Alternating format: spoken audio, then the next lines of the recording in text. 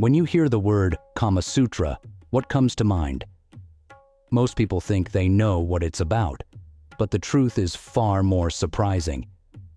This ancient Indian text isn't just about pleasure. It's actually a deep philosophy of life, love, and relationships written over 1,500 years ago. Who wrote the Kamasutra?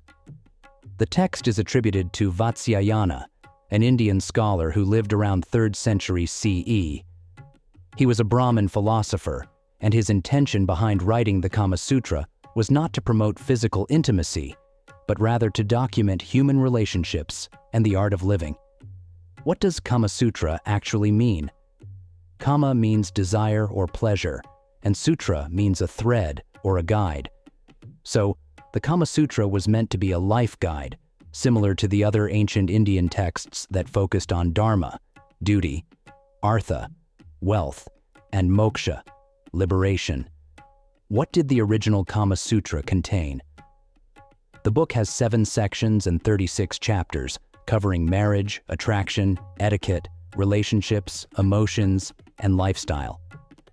Only one of these sections talks about physical intimacy, yet that's what most people associate it with today.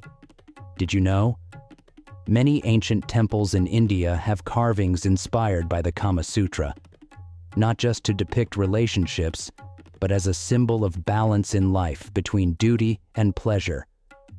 The Khajuraho temples in Madhya Pradesh and the Konark Sun Temple in Odisha are prime examples, a guide to social behavior, not just intimacy. The Kamasutra was also a manual on personal development, teaching confidence, communication, and respect in relationships.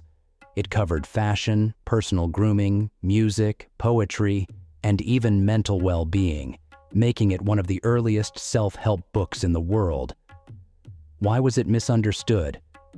During British rule in India, colonial scholars labeled the Kamasutra as taboo and suppressed its teachings.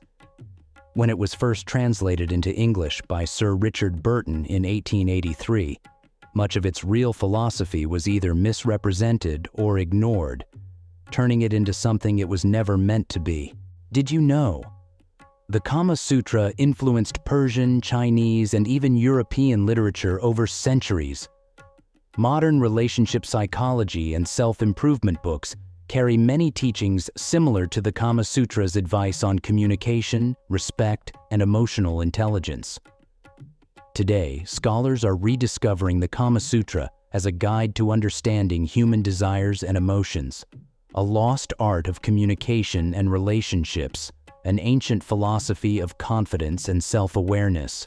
The Kama Sutra isn't what most people think. It's a timeless guide to relationships, confidence, and self-awareness.